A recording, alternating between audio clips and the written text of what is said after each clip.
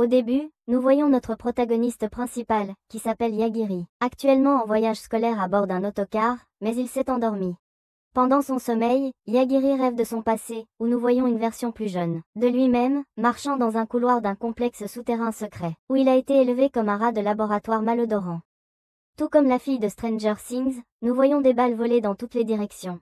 Mais mon frère est comme Neo dans Matrix, et se moque complètement de ces balles. Et il commence à appeler sa mère adoptive, qu'il appelle sa mère. Elle est connue sous le nom de Mademoiselle Asaka, et Yagiri est super en colère en ce moment, alors qu'une personne a pris sa mère en otage, arme au poing. À cet instant, sa mère s'inquiète et dit à Yagiri de rester en arrière, tout en s'excusant auprès du garçon. À ce moment, l'individu armé se moque du jeune homme, qui ressemble à un nerd de Stranger Things, et lui dit qu'il n'est qu'un petit orphelin sans valeur, qui n'a plus rien. Et juste avant que le voyou n'appuie sur la gâchette, soudain Yagiri regarde le visage immonde et répugnant du coupable, et utilise une capacité spéciale de mort instantanée, qui a éliminé le voyou sans que Yagiri ne le touche. Ceci choque sa mère, Madame Asaka, et juste à ce moment-là, la scène de l'anime revient au trajet en bus. Et là, une fille nommée Tomachi Kodonu Nura crie sur Yagiri et lui dit de se réveiller, car le bus dans lequel ils sont est actuellement en train d'être projeté dans un monde étrange. Mais Yagiri ne se réveille toujours pas. Quelques instants plus tard, Yagiri finit par se réveiller et demande à Tomachika ce qui s'est passé pendant son sommeil. Et elle lui crie à nouveau au visage et demande à Yagiri comment il a pu dormir pendant l'un des événements les plus tragiques de l'histoire de l'humanité. Et là, Yagiri réalise qu'il est dans un univers différent, car des événements fous. Une créature ressemblant à un dragon attaque actuellement leur bus scolaire, et de nombreux élèves ont déjà été éliminés par la créature mythique. Et Tomachika lui dit que la viverne ou la chose ressemblant à un dragon est ridiculement puissante, et depuis sa réincarnation, elle élimine les élèves un par un. Après cela, Yagiri cherche ce qu'il peut pour effrayer la créature. Il ramasse donc un microphone au hasard et le lance sur la créature. Mais évidemment, cela n'a rien fait à la viverne, et cela n'a fait qu'énerver le dragon, extrêmement contre Yagiri, et il était sur le point de mettre fin à toute leur carrière isekai en quelques secondes, alors qu'il charge une boule de feu dans sa gueule, pendant que Tomachika s'accroche à Yagiri de toutes ses forces, serrant ses seins contre son corps.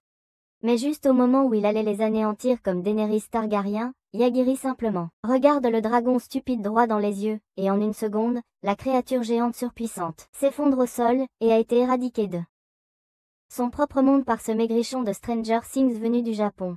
Et après avoir dit à Tomachika qu'elle lui devait quelques tapes sur les fesses pour lui avoir sauvé la vie, et après avoir joué à Super Mario comme un véritable boss, il n'a plus rien à craindre. Après ça, Tomachika dit à Yagiri que s'il ne range pas sa Game Boy, elle ne le laissera plus jamais lui serrer ses doux melons.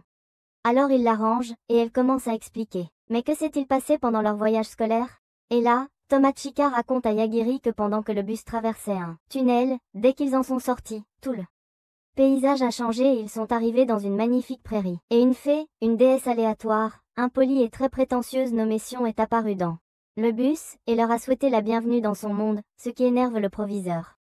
Et dès qu'il a senti la main de Sion, il a disparu dans l'air. Elle avertit tous les passagers du bus que sa main fera disparaître n'importe lequel d'entre eux, comme si elle brandissait le gant de Thanos, et que s'ils ne l'écoutent pas, elle fera sentir ses mains dégoûtantes à quelqu'un d'autre pour voir s'il peut supporter son odeur. Après ça, elle commence à charrier toute la classe dans le bus, leur disant que elle est une mage de rang SSS et la déesse la plus puissante de l'île. Et que son niveau de puissance dans les animes dépasse 9000, juste une blague en référence à la pop culture. Mais personne n'a ri, ce qui a énervé la déesse Sion, et elle leur a dit qu'il serait sage de leur part de rire de ces blagues à partir de maintenant. Autrement, ils ne survivraient pas longtemps dans ce monde. Ensuite, elle les traite tous de moldus répugnants dépourvus de tout pouvoir magique, et qu'après avoir été envoyé dans un isekai, il est interdit d'être dans son monde sans avoir de magie. Car le but de ce monde étrange est de monter de niveau et de tester chaque élève. Et d'affronter les créatures les plus puissantes avec leur magie, pour voir qui sera digne de lui succéder. À ce moment-là, elle a fait briller tous les passagers du bus, ainsi qu'un écran de statistiques holographiques, et leur a annoncé que les jeux allaient commencer sous peu, leur premier test étant de vaincre le puissant dragon divin, que personne n'avait jamais réussi à vaincre auparavant. Mais Tomachika se plaint à la déesse, disant qu'elle n'a même pas d'écran de statistiques, et qu'elle ne brille pas comme les autres étudiants. Tomachika remarque que quelques autres ne brillent pas non plus, comme la fille populaire et capricieuse Shinazaki, un garçon appelé Kuryu, et bien sûr, Yagiri qui dormait profondément. pendant tout l'événement Isekai, et RMC n'a pas de putain de indice qu'il a été transporté dans un monde complètement nouveau. Une des filles annonce à toute la classe que le dragon approche. Et il semble être de niveau supérieur à 100, ce qui le rend 100 fois plus puissant que n'importe quelconque de ses élèves. Ils ont peur et demandent à la déesse de les réincarner au Japon. Cependant, le sportif agaçant de la classe, Yagiri, qui se croit le Justin Timberlake du Japon, se lève et leur dit qu'ils n'ont pas le choix. Ils doivent éliminer le dragon et réussir leur premier test pour devenir un mage de première classe, ce qu'ils souhaitent ardemment faire, d'autant plus que Yagiri a reçu du reste de la classe des pouvoirs et des capacités exceptionnelles, même au niveau 1. Après son discours, tous les individus doués descendent du bus pour attendre la rencontre du dragon et, en fin de compte, tuer la bête pour réussir le premier test Isekai. Cependant, le général Yagiri dit aux 4 moldus bizarres qui n'ont pas été bénis d'aucune magie de rester dans le bus car ils ne peuvent rien faire dans ce monde. Et il bloque la porte du bus, et tous les autres élèves qui sont doués se dirigent vers la forêt et attendent l'arrivée du dragon surpuissant. À ce moment, le dragon apparaît mais, comme nous le savons, Yagiri utilise son incroyablement injuste don, qui lui permet de vaincre n'importe quoi d'un seul coup avec seulement ses yeux, le rendant plus puissant que Saitama lui-même. Après avoir vu la bête tomber au sol comme un paysan de faible rang, Tamachika demande à Yagiri si c'est lui qui a tué le dragon de cette façon, sans même le toucher. Mais il nie cela et dit qu'il n'y est pour rien, et dit à Tamachika qu'il n'a même aucun pouvoir magique, étant un loser solitaire et un nerd. Alors comment un type comme lui pourrait-il vaincre un dragon? Et là, elle se souvient à quel point Yagiri est l'élève le plus inutile qui ne fait que dormir toute la journée, donc ce qu'il dit doit être vrai. En descendant du bus, il remarque quelque chose qui vole dans les airs au-dessus d'eux, et il s'avère que ce sont leurs camarades de classe, revenus voir si le dragon avait éliminé les élèves sans magie.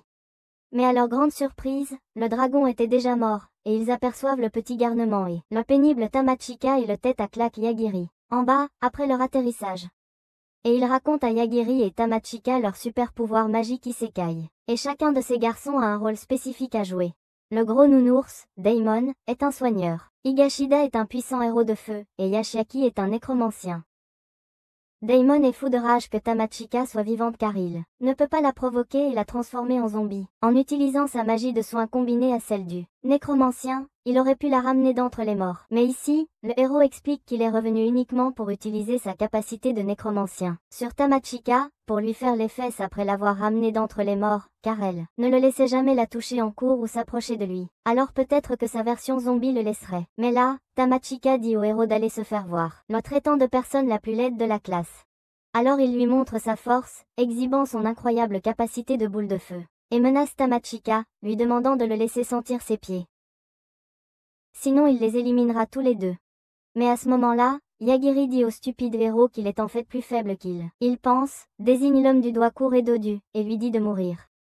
Ils éclatent tous de rire et pensent que Yagiri essaie juste de les narguer. Mais quelques secondes plus tard, le héros boule de feu s'effondre instantanément et a été éliminé par Yagiri, sans même le toucher, choquant les deux autres. Plouk, tandis qu'ils assistent à la disparition de leur ami.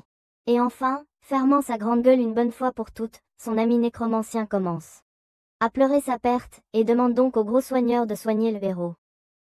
Mais Yagiri désigne le nécromancien du doigt, et il est anéanti. Tout comme le héros, et le seul qui reste est le soigneur dodu, qui essaie de soigner ses deux copains, mais la magie de résurrection ou de soin ne fonctionne pas non plus. Je travaille sur les personnes qui ont été ciblées par le pouvoir de Yagiri. Ensuite, Monsieur Gros explique à Yagiri à quel point son pouvoir est injuste, et qu'il est peut-être la chose la plus surpuissante de tout l'univers de l'anime. Et nous devrions simplement mettre fin à ce récapitulatif d'anime maintenant, parce que Yagiri peut tuer n'importe quoi d'un seul coup. Mais Yagiri dit au petit nain snob qu'il existe en réalité une chose dans ce monde qui peut contrer sa capacité instantanée, mais ce ne sera certainement pas lui. Et c'est à ce moment-là qu'il abandonne enfin et essaie d'être ami avec Yagiri et l'approche avec de bonnes intentions. Mais Yagiri sait quand quelqu'un a l'intention de le tuer et explique comment. Son autre pouvoir est un sens particulier qui lui permet de savoir quand quelqu'un veut l'attaquer. Et cela fait tomber le jeune guérisseur par terre, qui supplie le seigneur démon de ce monde d'effacer Yagiri, car il est tout simplement trop puissant pour quiconque. Ensuite, Yagiri demande au petit intello qui évite les salades pourquoi il est aussi enthousiaste à ce sujet, et ce qu'est un seigneur démon. Et c'est alors que le guérisseur dit à Yagiri que ce n'est pas la première fois qu'il a été réincarné dans ce monde. Et il explique que, il n'y a pas longtemps, lui et ses deux autres amis ont été invoqués ici, dans le royaume d'un homme, pour vaincre le roi démon. Mais ils ont échoué, c'est pourquoi ils sont renvoyés ici. Mais Yagiri a déjà éliminé tout son équipage, ils sont donc tous condamnés. Cependant, Yagiri ne le croit pas, car il ne l'a jamais vu, lui et les autres, manquer des jours d'école. Mais le guérisseur lui explique que c'est parce que dans le royaume magique, il semble y avoir passé des mois. Mais lorsqu'ils sont retournés sur Terre, dans le monde réel au Japon, ils n'ont été absents que quelques heures, c'est pourquoi il semble mentir. Cependant, Yagiri se prépare à mettre fin à la carrière de ce garçon. Mais à ce moment-là, le garçon promet de devenir son serviteur loyal et de le guider à travers ce monde et de l'aider à trouver le Seigneur Démon. Après cela, il dit à Tamachika qu'ils devront traquer ce roi démon et l'éliminer pour qu'ils puissent retourner dans leur monde, et qu'ils puissent enfin se détendre en paix et se relaxer avec ses jeux vidéo et ses cheetos, en regardant des résumés d'animés. Cependant, Tamachika est surprise que Yagiri l'aide et il dit à la jeune fille qu'il la protège seulement car il se souvient de la douceur de sa poitrine, quand elle a essayé de le réveiller dans le bus, ce qui la met extrêmement en colère car elle pensait qu'il était juste un homme gentil sans autres intentions. Cependant, Yagiri adore les grosses poitrines généreuses, tout comme nous tous, et est définitivement un homme de culture. D'un autre côté, on voit Sage Shin se tortiller dans son lit en attendant que son assistant, Yoichi, vienne lui faire un rapport. Il explique que 4 personnes sont mortes lors du premier test Sage, dont 2 personnes non bénies et 2 détenteurs de capacité de rang S. Cela choque Shin un instant, mais elle décide de remettre à plus tard comme vous tous. Vous remettez vos devoirs à plus tard, et dit que cela ne devrait pas être quelque chose qui vaille la peine de s'inquiéter avant de se recoucher à nouveau. Après cela, Yagiri et Tamachika décident d'aller dans la ville voisine, pour voir s'ils peuvent retrouver leurs camarades de classe. Ils arrivent juste avant que les portes de la ville ne se ferment et réussissent à entrer même, bien qu'ils ne connaissent pas la langue de ce monde. Bientôt, un officier supérieur s'approche d'eux et il s'avère qu'ils parlent leur langue. Yagiri explique qu'ils se sont séparés de leur groupe et cherchent maintenant à le rejoindre. L'officier suffisant dit qu'il a reçu l'ordre de ne pas interférer avec les candidats sages, mais que rien ne lui ordonne de les aider non plus. Il dit que leurs camarades sont déjà passés à leur prochaine destination et c'est tout ce qu'il est prêt à leur offrir. Mais ensuite il regarde Tamachika et dit que seule elle peut rester chez lui pour la nuit si elle le souhaite. Mais Tamachika attrape instantanément la main de Yagiri et s'enfuit avant qu'il ne puisse refuser. Yagiri lui demande ce qui ne va pas, et elle répond qu'elle craignait qu'il ne l'envoie aux enfers à cause de son comportement grossier. Yagiri lui dit d'arrêter de le traiter comme un maniaque homicidaire. Mais elle s'étonne qu'il ne sache pas qu'il l'est exactement. Ensuite, il commence à observer les structures et les habitants de ce monde fantastique, jusqu'à ce qu'il rencontre une charmante fille chat, nommée Mayoryu, qui propose de les aider gratuitement. Il lui demande pourquoi elle fait ça, et elle explique que son but est de sortir avec un candidat au titre de sage, et que c'est pour cela qu'elle essaie de se faire des amis avec autant de candidats masculins de l'examen sage qu'elle le peut. Elle dit avoir entendu dire qu'ils sont enclins à devenir les simps de filles chats comme elle, et sont généralement très puissants et riches aussi. Elle mise donc sur sa race et son joli visage. Ils décident de la suivre pendant qu'elle leur fait visiter les lieux, et Tamachika finit par acheter plein de vêtements aussi. Mais à la nuit tombée, cela se termine exactement comme Yagiri l'avait prévu, car il découvre que la fille chat fait en réalité partie d'un gang de bandits qui les encercle et projette de les vendre comme esclaves pour soulager le stress. Après avoir confirmé qu'ils ne sont pas de bonne foi, Yagiri commence le massacrant, ordonnant à tous ceux derrière lui de mourir, puis commençant à choisir ceux devant lui un par un en testant sa capacité sur eux. Il teste s'il peut faire mourir certaines parties de leur corps uniquement au lieu de les éliminer totalement, et continue jusqu'à ce qu'il ne reste que la fille chat et le chef des bandits. Ensuite, il teste une fonctionnalité différée en leur ordonnant de mourir et les laisse s'enfuir un peu avant que la capacité ne se déclenche et n'envoie les deux aux enfers. Après s'en être occupés, ils décident tous les deux de filer de là, mais ils sont arrêtés par les chevaliers de la région. Leur capitaine, Edelgar, leur demande ce qui s'est passé et révèle qu'elles ont vu les hommes autour d'elles s'effondrer par terre, sans raison apparente. Yagiri leur demande pourquoi elles ne les ont pas aidées si elles les observaient, et elles révèlent qu'elles avaient prévu de les suivre une fois capturées et de suivre ces hommes de main. Elle leur dit aussi de ne pas se la jouer, car elles sont protégées par la Sainte, ce qui les rend immunisées à leurs attaques. À ce moment-là, son second intervient et dit que d'après sa compétence d'évaluation, ces deux-là n'ont aucune bénédiction de la Sainte. En entendant cela, la capitaine dit qu'il serait difficile de croire qu'elle soit responsable de l'effondrement de ces hommes et les laisse partir.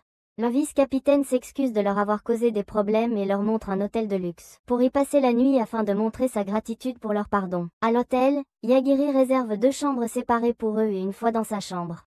Tamachika se demande si Yagiri a des sentiments amoureux pour elle. À ce moment-là, elle sent une brise fraîche et regarde vers le haut pour découvrir un gros fantôme flottant dans l'air. Au début, cela choque Tamachika, mais ensuite elle regarde de près le visage du fantôme et se demande si c'est sa sœur aînée. Mais le fantôme prend la parole et dit qu'elle s'appelle Makamoko, épouse du fils du fondateur de l'école d'Anara et ancêtre éloigné de Tamachika. Elle ajoute qu'elle est son esprit gardien et qu'elle a pour mission la restauration de la dynastie de l'école d'Anara. Tamachika demande pourquoi elle ne s'est pas montrée plus tôt, ce à quoi Makamoko répond qu'elle avait peur de Yagiri, car elle aurait pu être anéantie si il avait été choqué et avait décidé de se débarrasser d'elle accidentellement. Elle demande ensuite à Tamachika d'expliquer son existence à Yagiri le lendemain afin qu'elle puisse se montrer sans s'inquiéter, puis lui dit qu'elle la protégera des menaces surnaturelles et qu'elle est celle qui l'a protégée de recevoir cette bénédiction de la sainte également, parce que, une fois que vous l'acceptez, vous devenez sa marionnette. Elle ajoute que son souhait est que Tamachika retourne dans son monde réel et qu'elle fera tout pour que cela arrive. Elle lui transmettra les techniques et les capacités secrètes de sa famille afin qu'elle puisse aussi se battre seule. Le lendemain matin, Tamachika descend et rencontre Yagiri, et lui demande s'ils vont poursuivre leurs camarades de classe immédiatement. À ce moment-là, la concierge s'approche d'eux et se présente comme Célestina. Il s'avère que cet hôtel est un établissement de première classe pour les riches, qui s'occupent de tout ce qu'ils demandent, tant qu'ils peuvent payer. Yagiri lui demande de l'aide pour localiser leurs camarades de classe, et elle leur donne une carte vers la capitale royale et 2 billets de train pour s'y rendre. Elle dit que selon son réseau d'information, leurs camarades de classe sont en route vers la capitale à travers la forêt, tout en tuant des monstres locaux pour gagner des niveaux. Yagiri lui donne également tout son or et ses objets de valeur pour investir dans une forme de compte à haut rendement et elle prépare quelques articles, notamment un chargeur pour la Switch de Yagiri et des traductions pour les aider dans leur voyage. Après cela, ils montent dans le train et se dirigent vers la capitale, et en chemin, Tamachika raconte aussi à Yagiri l'histoire de Makamoko et ils se détendent. Tamachika finit par s'asseoir à côté de Yagiri tout en manipulant son chargeur. Alors qu'elle s'interrogeait sur leurs camarades de classe, Yagiri l'attrape soudainement et se baisse, juste au moment où une puissante attaque tranchante fend leur toit en un seul coup. Le contrôleur du train demande à tout le monde de se calmer et de se mettre en sécurité car ils aperçoivent un extraterrestre robotique appelé Agresseur qui est en train d'envahir leur monde, combattant un sage nommé Santaru. Leur combat semble tout droit sorti d'un autre monde, chacun de lançant des attaques capables de raser des montagnes. Tamachika demande à Yagiri s'il va les tuer tous les deux pour les avoir croisés, mais il répond que ce n'est pas une raison pour tuer quelqu'un. Il dit qu'il doit établir une règle claire pour éviter de tuer. C'est injuste de faire souffrir des innocents pour des broutilles, juste parce qu'ils l'ont énervé. Bientôt, le combat entre le sage et l'agresseur les amène près de Yagiri, et le sage, avec son arrogance habituelle, tue de nombreux passagers du train, les qualifiant de dommages collatéraux de leur combat, et prétendant que Yagiri et Tamachika devraient s'incliner devant sa majestueuse personne. Cela énerve suffisamment Yagiri pour mettre fin au jour du sage. Et voyant cela, l'agresseur a vraiment peur de lui. Il se rend complètement au protagoniste de l'opus, et lui propose son aide. Yagiri l'interroge sur les moyens de retourner dans son monde d'origine, et le robot répond que il ne sait que retourner dans son propre monde et ne peut pas l'emmener car il est trop dangereux, premièrement, et deuxièmement, il n'a pas apporté son vrai corps ici, donc il ne peut pas vraiment emporter d'objets de ce monde avec lui de toute façon. En outre, il dit à Yagiri que s'il a assez de mana et les bonnes coordonnées, alors il peut certainement retourner dans son vrai monde. Yagiri dit que c'est bon et lui dit de le guider une fois qu'il aura la mana et les coordonnées, et le robot accepte avec joie. Pour en profiter au maximum, Makumoko demande également un équipement de changement de forme, une arme au robot pour aider Tamachika dans ses combats. D'un autre côté, on voit les chevaliers dans la ville emmener l'un des voyous qui a perdu sa vue après que Yagiri les ait tués à un sage vampire immortel nommé Lane. Elle tente de soigner son œil en le reconstruisant à partir de zéro, mais cela ne restaure toujours pas sa fonctionnalité. Elle essaie également de transformer le voyou en son subordonné, en le mordant au cou, mais cela ne fonctionne toujours pas. Mais ensuite, quelqu'un s'introduit dans leur chambre et il s'avère que c'est un héros qui est censé combattre les monstres et les agresseurs. Le héros, dit qu'il doit mettre fin à la tyrannie des sages et utilise son attaque spéciale appelée un avion et 2 tours pour faire exploser tout l'endroit, mais cela ne cause aucun dommage au sage vampire, car elle dit que si c'était aussi simple pour mettre fin à ses jours, les choses auraient été tellement meilleures. Elle dit ensuite qu'elle s'ennuie trop pour s'occuper de lui et le chasse tout simplement de sa tour sans le tuer. Après cela, elle ordonne au chevalier de suivre Yagiri et de trouver où il se trouvait. Se rend ensuite auprès de la sage Shin et lui parle de ce type capable de tuer instantanément.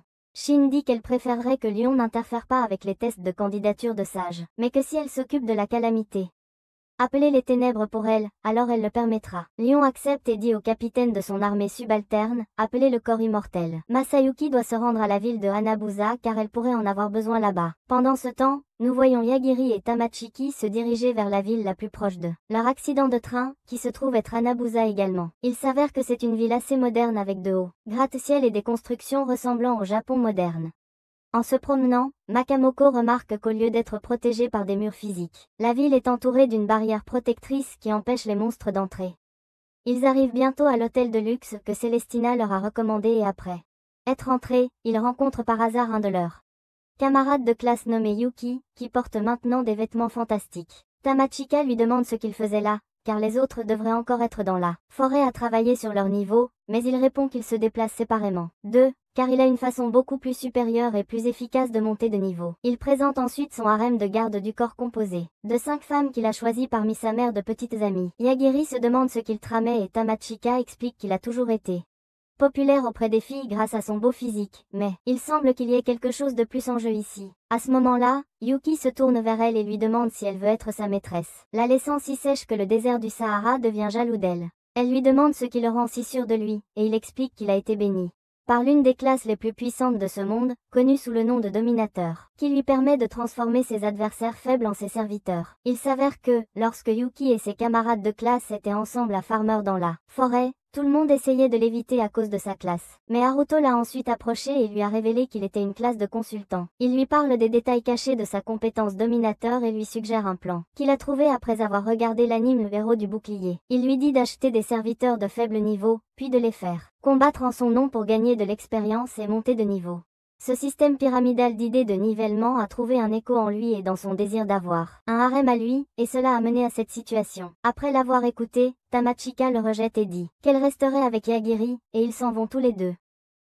Pendant ce temps, on voit le sage lion vampire s'engager dans une bataille avec l'agresseur appelé les Ténèbres. Yagiri décide de se reposer et finit par dormir pendant 3 jours d'affilée, tandis que Tamachika l'attend dans sa chambre pendant tout ce temps.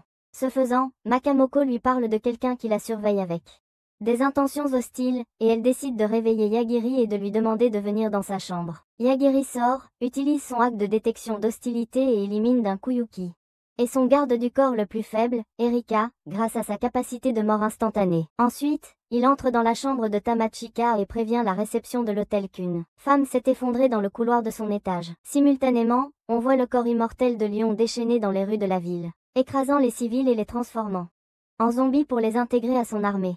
Pendant ce temps, Yuki remarque que le signal d'Erika a disparu et se demande ce qui lui est arrivé. Il envoie 2 de ses gardes du corps sécuriser Tamachika pendant qu'il nettoie un donjon de 150 étages en transformant les monstres vaincus en ses serviteurs. D'un autre côté, Yagiri et Tamachika décident de quitter l'hôtel pour éviter tout combat avec Yuki, mais ils sont pris en embuscade par la capitaine de ses gardes du corps, Risa, la magicienne de glace. Elle dit qu'elle est là pour récupérer Tamachika et les fiche tous les deux dans de la glace solide comme du roc, mais Yagiri détruit la glace avec son pouvoir et la rend pathétiquement facile à briser. Cela choque Risa et elle tente de lancer un autre sort, mais Yagiri détruit le sort, puis détruit également sa baguette, la faisant tomber à genoux. Après l'avoir vaincue, Yagiri lui demande si elle peut utiliser la magie sans sa baguette et s'il y a d'autres baguettes qu'elle porte sur elle. Elle dit qu'elle est une maîtresse des baguettes et ne peut utiliser la magie qu'avec des baguettes, et qu'elle ne transporte qu'une petite baguette de rechange dans ses coffres au trésor. Elle leur parle également des ordres de Yuki de capturer Tamachika, et c'est alors qu'elles sont attaquées par une poupée qui rampe sur le mur, mais Tamachika la neutralise grâce à ses arts martiaux, se manifestant grâce à l'influence de Makamoko. Il s'avère qu'il s'agit des marionnettes d'une autre garde du corps de Yuki, Chelsea, et Yagiri en élimine la plupart grâce à ses capacités. C'est alors que Risa tente de les prendre par surprise en utilisant une petite baguette déguisée en épingle à cheveux, mais Yagiri la neutralise également grâce à ses capacités. Après cela, elles sortent pour faire cesser Chelsea de combattre également, et elle abandonne les informations qu'elle possède sur Yuki et son plan, voyant Risa et Chelsea être défaites. Yuki décide de les attirer en utilisant une flotte de cafards qu'il contrôle. Grâce à sa capacité de classe dominateur, elle les fait attaquer le couple, mais Yagiri utilise son piratage d'observation Wi-Fi pour le localiser et le mettre au cachot. D'un autre côté, on voit les gardes du corps restants de Yuki, Euphemia et Stéphanie, se demandant ce qu'elles devraient faire maintenant qu'elles sont libres de son contrat. Stéphanie décide de rester à ses côtés et de pleurer un moment, tandis qu'Euphemia s'échappe du cachot et se demande pourquoi l'entrée laisse passer autant de lumière. Après être sortie, elle se retrouve dans un désert, puis se retournent pour voir le. Les ténèbres engloutissent la ville, ne laissant que du sable sur leur passage. Elle voit aussi Lion voler dans le ciel et constate que ses attaques sont inefficaces contre les ténèbres informes, et qu'elle ne peut rien faire pour les arrêter. Elle descend en vol, lance un sort de charme, et la transforme en sa servante, la forçant à tout lui révéler.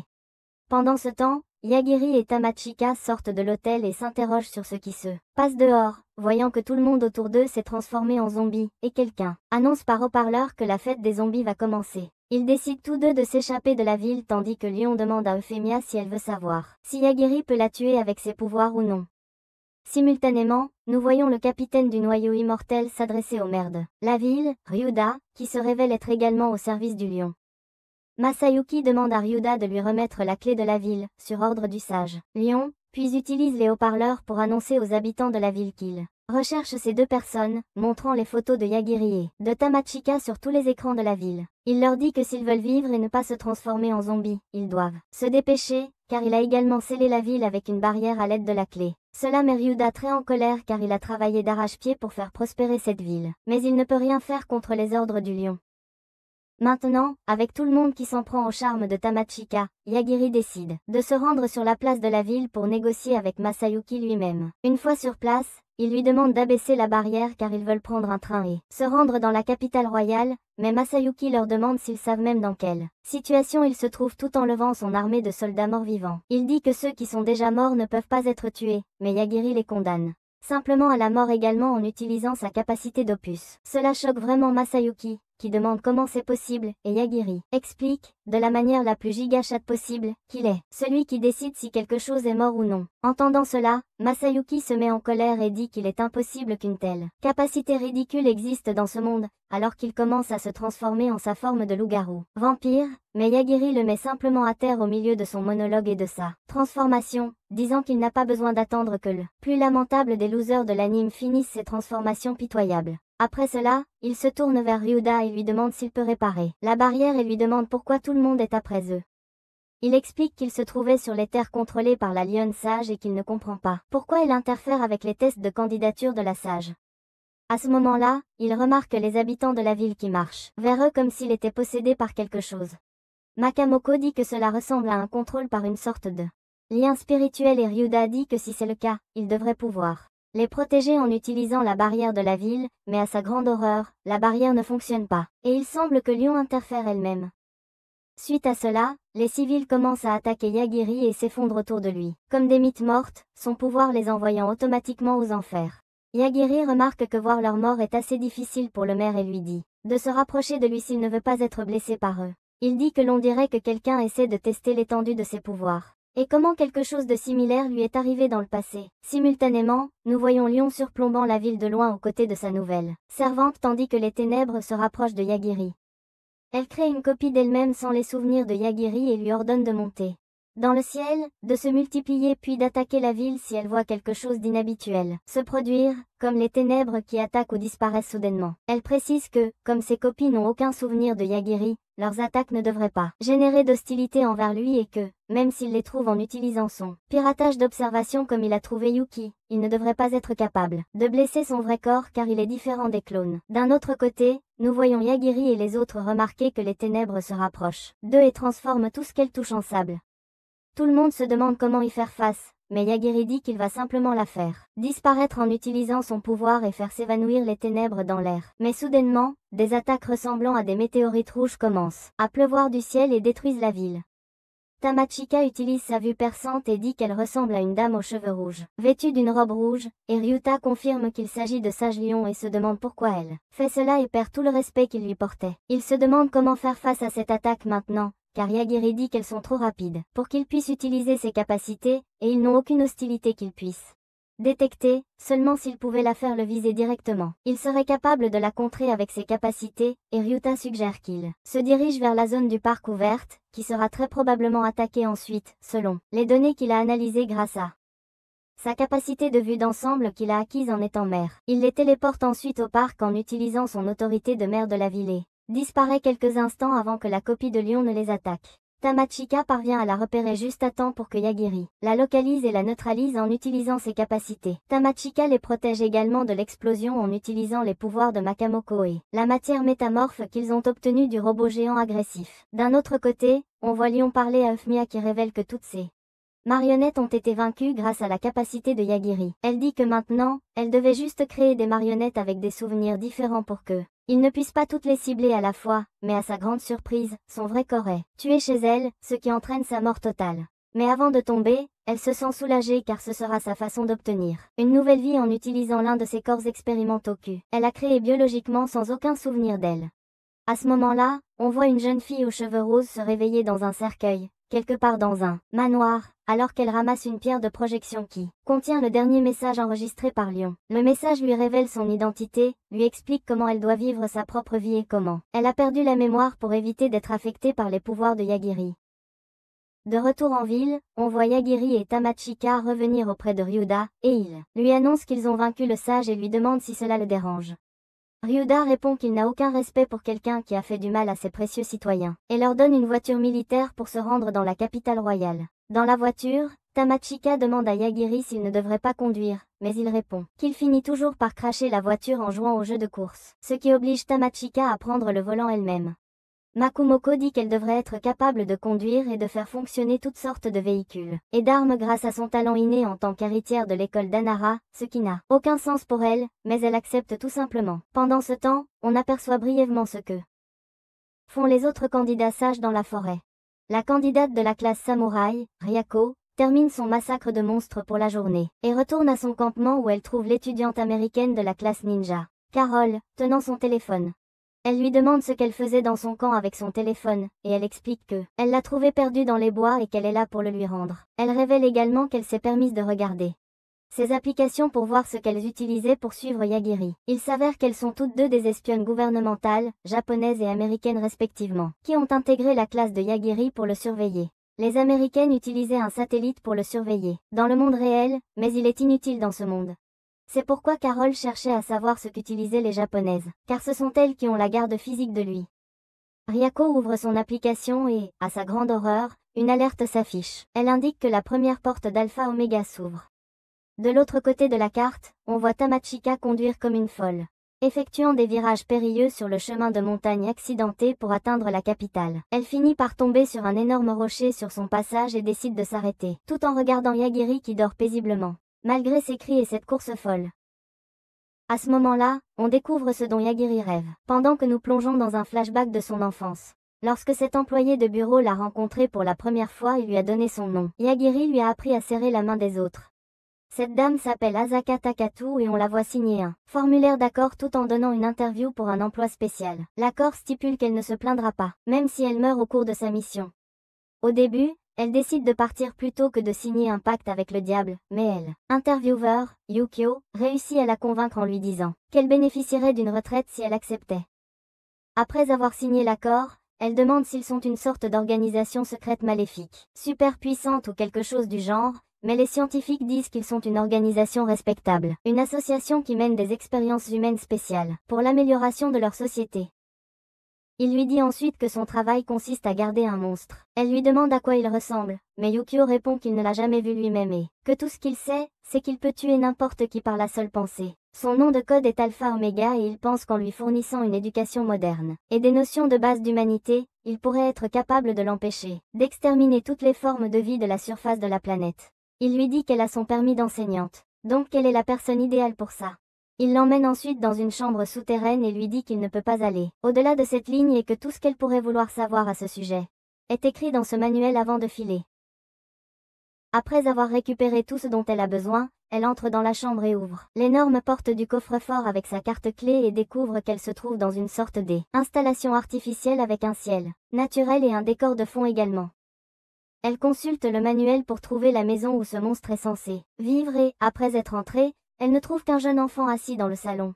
Cela la met vraiment en colère et elle dit que c'est ridicule de renfermer un enfant dans un endroit comme celui-ci. Elle le sort et lui dit d'aller jouer avec les têtards ou quelque chose comme ça, mais l'enfant remarque un démon ombre derrière elle et le tue en utilisant ses pouvoirs. Il lui dit que ces choses viennent parfois là pour l'attaquer, mais qu'il n'y a rien à craindre. En plus, il va faire nuit, donc si ça lui convient, il aimerait plutôt jouer demain qu'aujourd'hui. Tout cela calme Asaka et elle lui serre la main et se présente. Elle lui demande son nom et il répond qu'on l'appelle Alpha Omega ici et avant. Il est arrivé là-bas, il l'appelait Lord Akakashi. À ce moment-là, ils entendent tous les deux leur estomac gargouiller, et ils décident d'entrer et de manger quelque chose. Asaka réalise qu'elle devra cuisiner aussi. Mais étant aussi bonne chef qu'un sandwich idiot. Elle finit par préparer des ramen instantanés pendant que l'enfant prend un bain. Pendant leur repas, elle lui demande le nom que sa mère utilisait pour l'appeler, mais il ne le sait pas, alors elle finit par le nommer elle-même et lui donne le nom de Yogiri Takatu, ce qui le rend très heureux. Elle lui apprend ensuite à se présenter, en se serrant la main et en disant « Enchanté ». À ce moment-là, nous voyons Yogiri se faire réveiller par Tomochika, qui lui apprend qu'ils sont arrivés à une impasse. Ils décident tous les deux de prendre un autre chemin et de faire demi-tour. Mais la voiture percute un petit dragon sur le chemin du retour. Ils sortent tous les deux de la voiture et Yogiri s'occupe du monstre avant qu'une flotte de dragons n'apparaisse de nulle part et ne se mette à voler vers eux. Yogiri les abat tous également et après cela, ils rencontrent un dragon foudre doré, qui leur dit de passer et commence à s'envoler, mais Yogiri l'arrête et lui dit de revenir et de leur expliquer ce qu'il voulait dire. Sinon il s'occupera aussi de la désinfection. Le dragon revient, se transforme en enfant et explique qu'elle les a testés pour voir s'il était digne de chercher le maître d'épée. Il lui demande qui est ce maître d'épée, ce qui la surprend car elle pense qu'ils étaient là pour passer l'épreuve du maître d'épée. Ils lui disent qu'ils allaient simplement à la capitale royale et se sont perdus. Elle se présente alors comme Attila et propose de les aider s'il accepte d'aller voir le maître d'épée avec elle. Après avoir accepté, elle les emmène dans une forêt mystique, où le maître d'épée rassemble tous les candidats.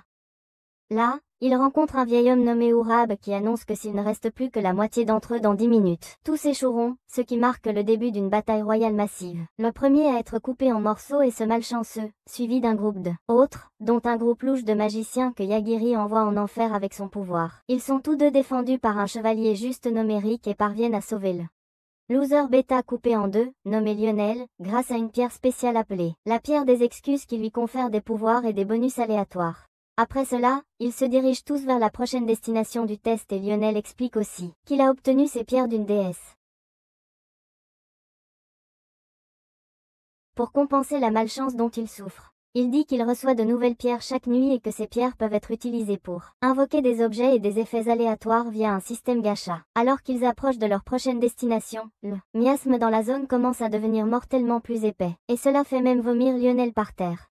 Mais ensuite, Makamoko remarque que le miasme a soudainement disparu et elle se demande ce qu'il a causé tandis que nous voyons Yagiri agir bizarrement. Après cela, ils montent dans la tour où Urab leur montre un gigantesque sceau, avec le roi des ténèbres scellé à l'intérieur, aux côtés de l'ancien maître épéiste qui a fui son épée à travers tous les deux tout en le scellant. Eux dans ce sceau où le temps s'écoule extrêmement lentement.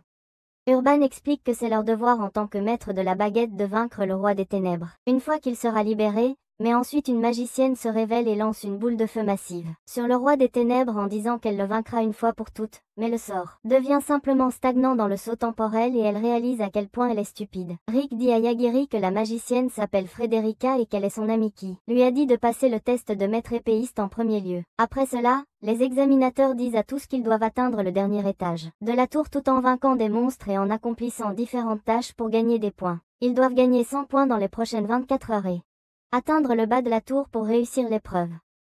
Pendant ce temps, Tamachika regarde le roi des ténèbres et demande à Yagiri s'il peut le tuer aussi, et Yagiri lui répond quelque chose qui la choque vraiment. Après l'avoir écouté, ils décident tous les deux de se dépêcher de descendre la tour pour rejoindre Rick et Lionel et poursuivre leur descente. Grâce à ceux qui les précèdent, ils peuvent passer sans se soucier de nombreux monstres et pièges, mais Lionel se fait quand même tuer par un piège à flèches. Ces pierres d'excuses le sauvent comme d'habitude, et il tombe même sur l'un des les chevaliers du roi divin, nommé Teresa, supposée être subordonnée à Eureb. Mais elle est devenue renégate après avoir tué trop de monde pendant le test et se livre maintenant à une tuerie.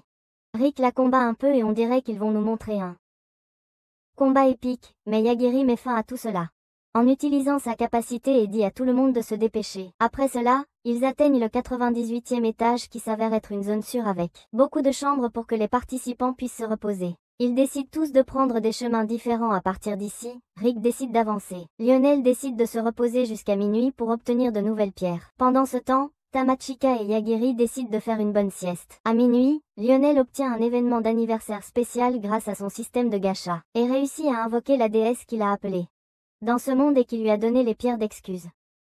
Elle dit qu'elle est là juste pour prendre de ses nouvelles, puis s'en va pendant que Yagiri et Tamachika s'endorment simplement dans le même lit. Le lendemain matin, en se réveillant, il voit Makumoko à moitié coincée dans le mur, et elle dit que quelque chose aspire toutes les âmes de la tour vers le sommet.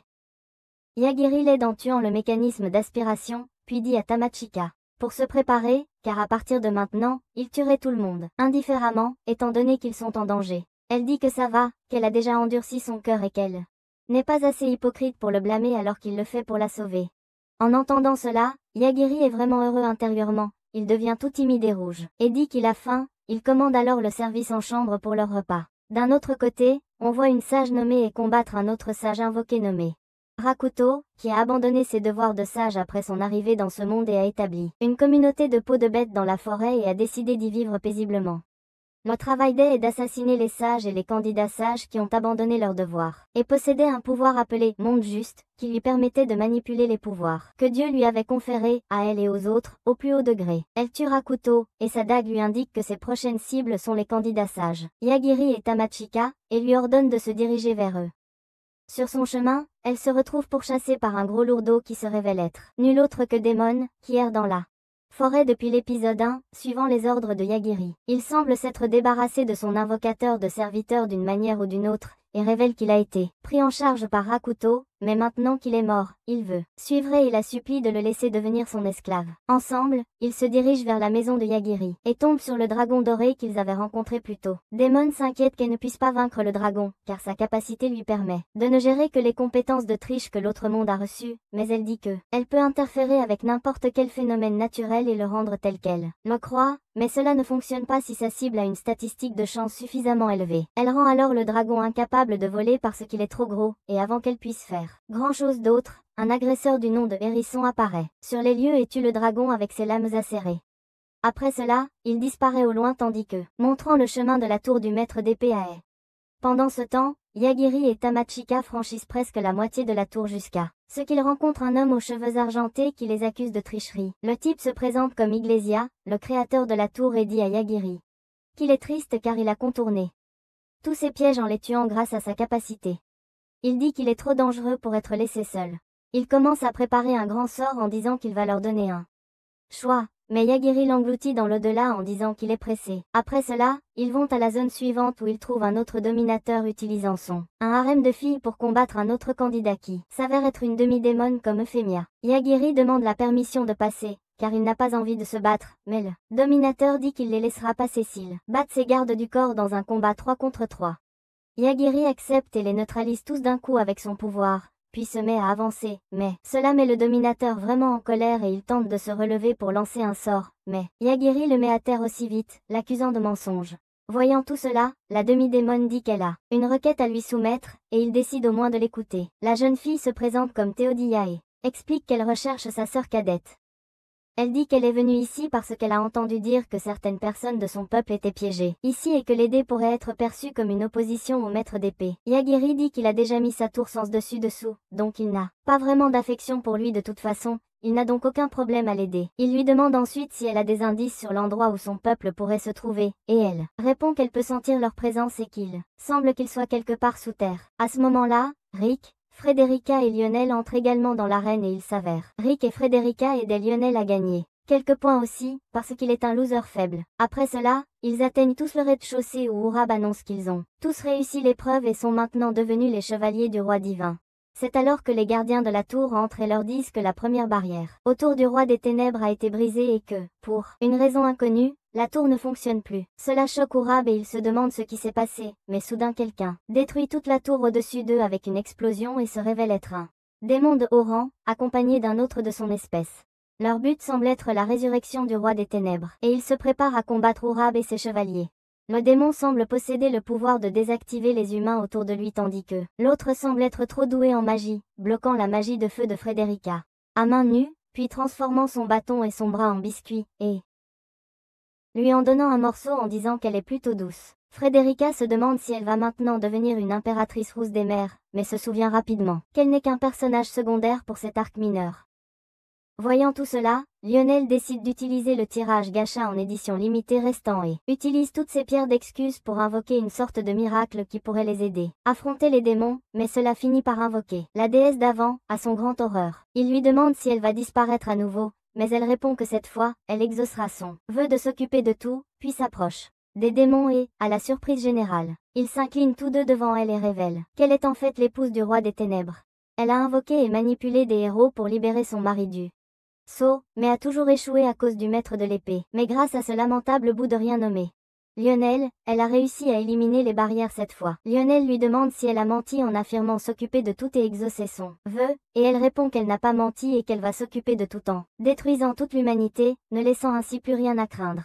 Pendant ce temps, Yogiri, Tamachika et Théodia décident de descendre sous terre pour retrouver ces gens et, grâce au pouvoir de Yogiri, réussissent à tuer la barrière spatio-temporelle qui cache l'étage inférieur. Tamachika remarque aussi des robots à grande vitesse filer devant eux, équipés de lames, mais ils décident de l'ignorer et de se concentrer sur la salle souterraine devant eux. Une fois à l'intérieur, ils découvrent que la salle est pleine de cuves remplies de liquide contenant les gens de Théodia, utilisés comme cobayes pour des expériences horribles et pour utiliser leur magie pour soutenir la barrière autour du roi des ténèbres. Théodia décide de mettre fin à leur misère de ses propres mains, puis décide de se venger du maître d'épée.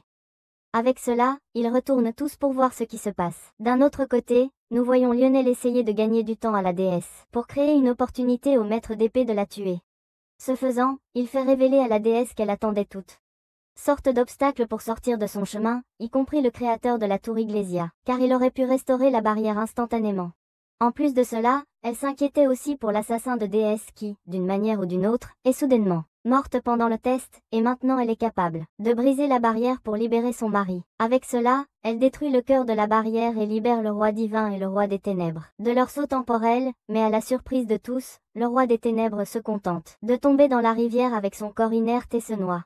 Ils se demandent tous comment cela a pu arriver tandis que nous découvrons que c'était l'œuvre de Yogiri et qu'il a accidentellement tué le roi des ténèbres en réaction à la forte densité de miasmes dans la région qui était sur le point de lui nuire. Juste alors, Théodia profite de toute la confusion et tranche le maître d'épée en deux, prenant sa revanche. Cela surprend beaucoup Rick et les autres, qui se demandent si elle est une ennemie.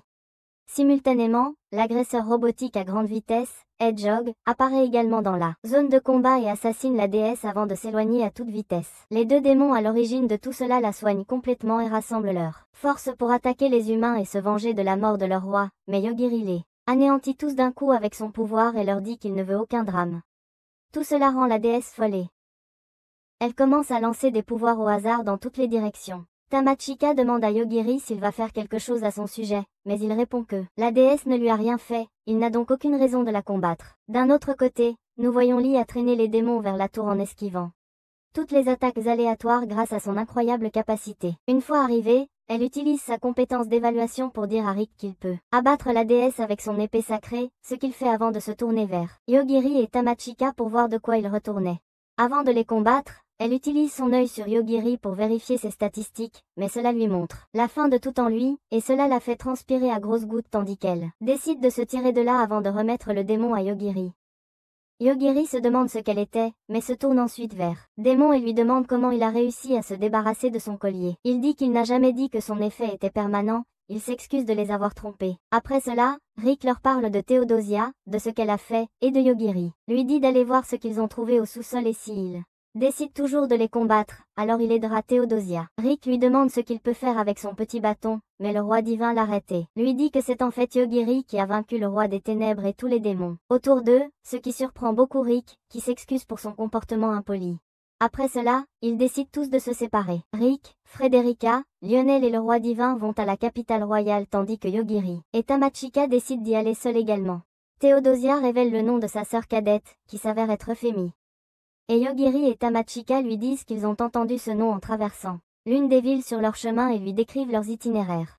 Avant de partir, Rick leur donne aussi 2 pendentifs arborant l'emblème des chevaliers royaux et leur dit de les montrer aux gardes de la capitale s'ils ont besoin de son aide. Ainsi, Yogiri et Tamachika commencent leur voyage vers la capitale, laissant Démon à son sort. Mais malheureusement pour lui, il finit par être approché par un démon qui a attaqué la tour, et il lui dit de le suivre.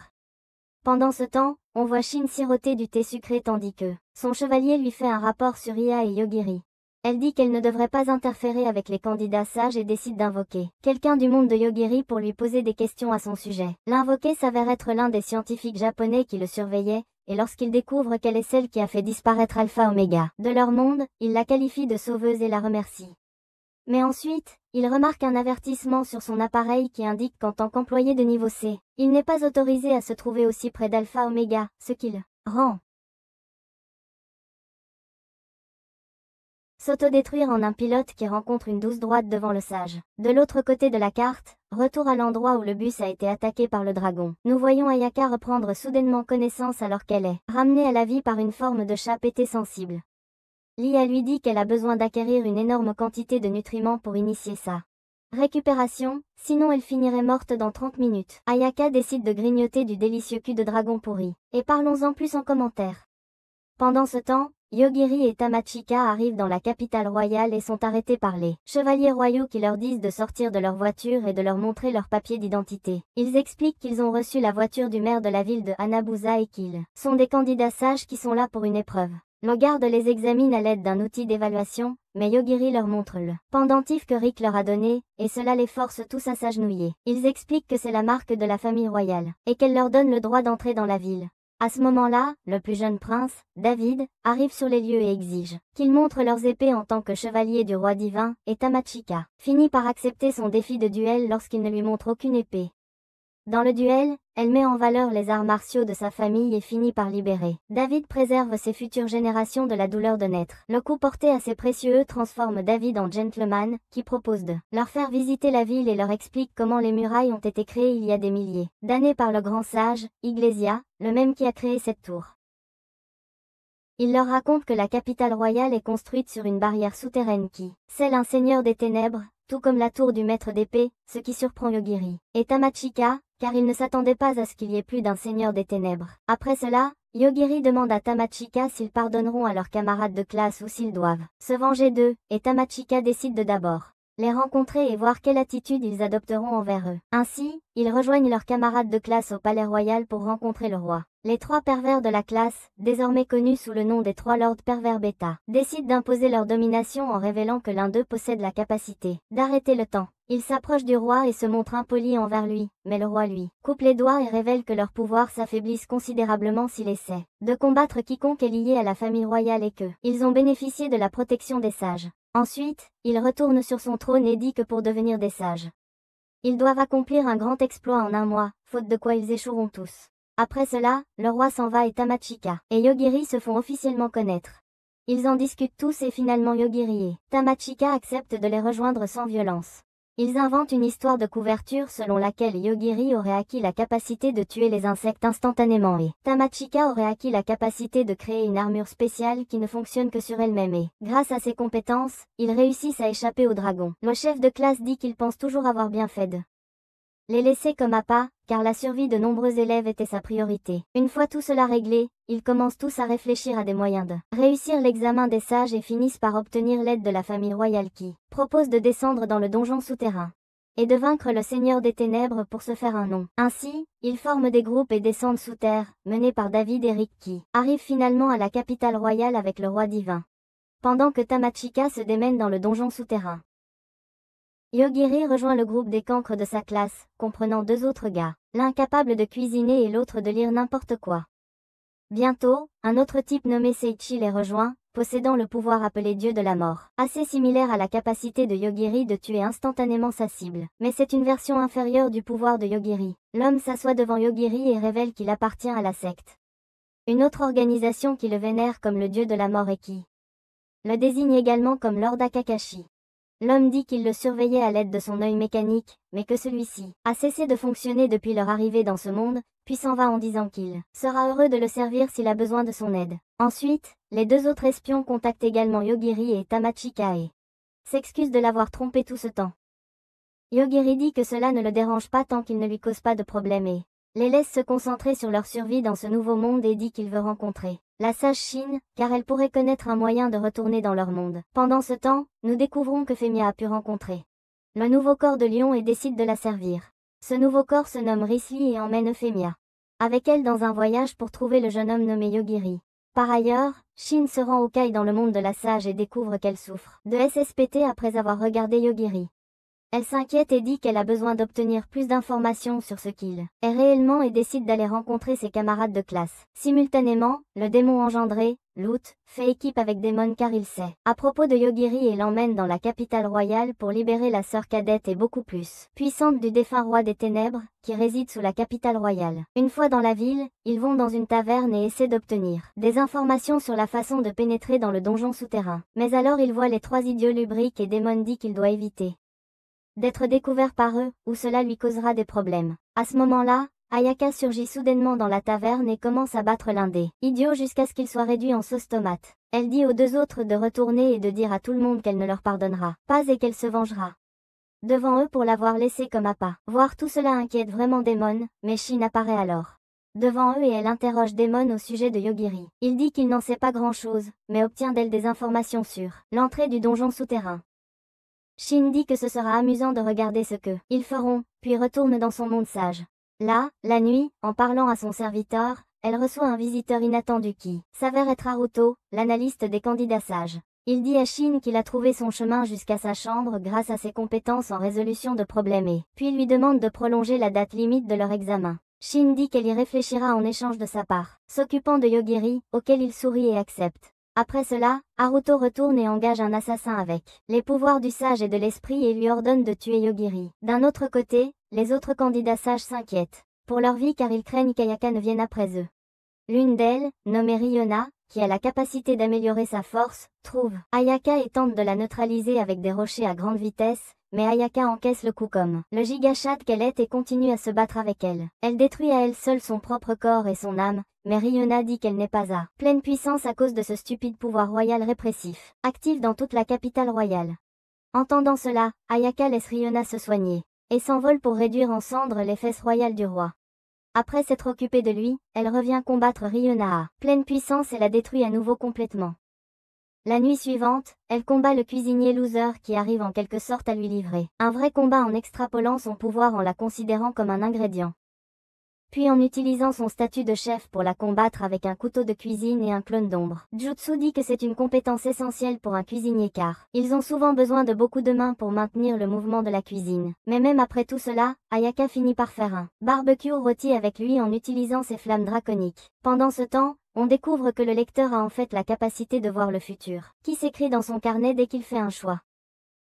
Pendant que tout cela se passe, Daemon et Loot descendent dans le souterrain donjon et découvrent que la sœur du roi des ténèbres a réussi à briser le sceau sur son propre, mais a décidé de rester là pour éviter de mettre son frère en colère. Elle souffre d'un complexe de frère sévère et l'aime beaucoup, ce qui la fait être. C'est également une bonne chose pour Loot et Daemon lorsqu'il lui apporte la clé de son frère. Mais lorsque Loot lui apprend que son frère est mort et qu'il l'a tué, cela la rend vraiment furieuse et elle lui prend les deux bras en disant qu'elle ressuscitera son frère et commence à engloutir tout autour d'elle en utilisant son sort. D'un autre côté, nous voyons Shin arriver dans la salle à manger pour rencontrer les candidats au poste de sage. Après qu'Haruto ait obtenu un délai supplémentaire de sa part, elle dit à tous qu'elle n'est pas satisfaite du déroulement de l'examen de sage et qu'elle le trouve trop facile. Elle veut donc qu'ils se battent tous, les uns contre les autres jusqu'à ce qu'il n'en reste plus qu'un. Et cette personne serait la seule à devenir le sage.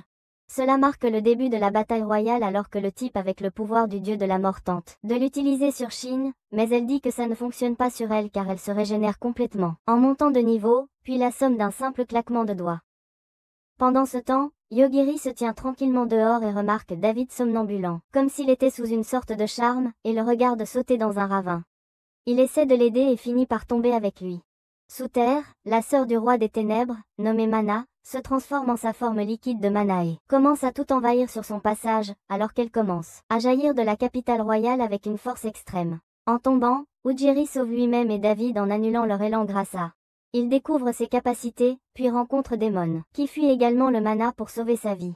Ils finissent tous par prendre un ascenseur qui les ramène en haut et une fois là, Ujiri va retrouver Tamachika pour savoir ce qui se passe.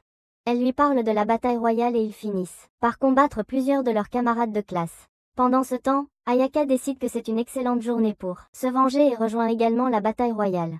Elle se retrouve à combattre une fille qui a le pouvoir d'invoquer toutes sortes d'armes modernes. Et lorsqu'elle commence à perdre la bataille, elle invoque. Comme un mauvais joueur, il largue une bombe nucléaire sur Ayaka. L'explosion détruit tout autour et atteint également Ujiri et les autres. Dans son rayon d'effet, mais Ujiri les sauve tous en violant les lois de la physique. Pourquoi pas? Ayaka parvient à survivre à l'explosion en abandonnant sa forme humaine et se transforme définitivement en dragon. Une fois remise, elle décide de s'assurer que tout le monde est mort et retrouve Ujiri et les autres vivants au milieu d'une zone en flammes. Le chac pété dans son cerveau se met à parler et il s'avère que c'est une technologie futuriste spécifiquement développée pour contrer la capacité de mort instantanée d'Ujiri en devenant indétectable par lui. Cet effet fonctionne jusqu'à un certain point, mais Ujiri la tue tout simplement. Ayaka également lorsqu'il voit l'énorme dragon s'approcher d'eux. Après cela, Shin arrive devant eux et dit qu'elle voulait lui parler à Ujiri car elle a appris qu'il allait l'anéantir. Juste alors, Ujiri utilise son pouvoir pour lui tuer une cheville, puis commence par lui tuer les doigts et lui montre qui est le vrai patron ici. Il lui demande ensuite de lui parler des moyens de retourner dans leur ancien monde, mais elle se contente de se téléporter dans son monde sage et essaie de se soigner. Toutes ses tentatives échouent et cela l'inquiète, mais Ujiri commence à lui tuer d'autres parties du corps et commence même à attaquer son serviteur bien-aimé, Uichi. Cela fait abandonner Shin, et elle revient vers lui en expliquant qu'il est impossible pour eux de revenir, le lien entre leurs mondes ayant déjà disparu. Entendant cela, Ujiri lui demande de lui indiquer les coordonnées de leur ancien monde et lui demande également comment rassembler le mana nécessaire.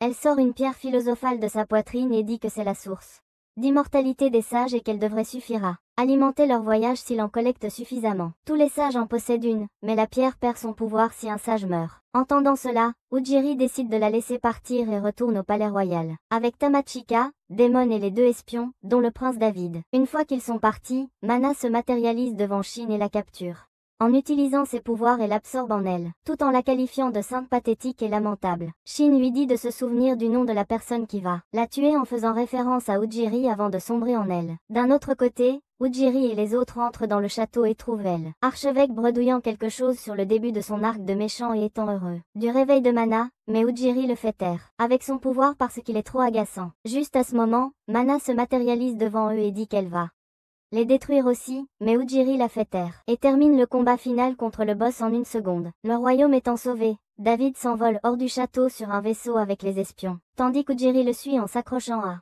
Tamachika qui descend en planant comme une sexy Batwoman. Une fois dehors, il remarque que Daemon s'est échappé à nouveau et Ujiri dit que ça va, car il n'aimait pas sa présence de toute façon. Après cela, il dit qu'il va maintenant chercher l'autre pierre philosophale afin que lui et Tamachika puissent retourner dans leur monde et annonce qu'il se séparera du reste du groupe. Les espions conviennent également de suivre chacun leur chemin et décident de suivre David. Simultanément, quelques agresseurs descendent en flèche dans la capitale pour constater la destruction de Mana et trouvent Haruto blessé dans le chaos. Ils décident de l'emmener avec eux et s'envolent. Pendant que tout cela se passait dans la capitale royale, nous voyons un peu de Théodigia qui a fini par retrouver sa sœur, tout en sauvant quelques-uns de ses compatriotes de trafiquants d'esclaves. Là, elle les rejoint, elle et Risley, et se dirige vers la capitale royale car la petite fille aux cheveux roses veut rencontrer Ujiri. Elles arrivent juste à temps pour voir Ujiri et Tamachika décider pour aller chercher les autres pierres philosophales. En les voyant, Risley saute et enlace Ujiri en lui disant qu'elle veut l'épouser, tout en lui offrant sa pierre philosophale. Ujiri se demande ce que tout cela signifie et Théodigia lui explique l'obsession de Risley pour lui, car elle a appris son existence auprès de son ancien moi après son réveil. Ensuite, ils montent tous dans le carrosse de Risley et s'éloignent vers leur prochaine destination tandis qu'Ujiri décide de faire une sieste. Pendant ce temps, nous voyons la reine divine surveillant la capitale depuis une tour, se demandant comment quelqu'un a pu vaincre Mana si facilement et décide qu'il est trop dangereux de laisser quelqu'un comme Ujiri errer librement. Voit le monde comme ça et commence à le suivre. Et c'est ainsi que se termine la saison 1 de ma capacité.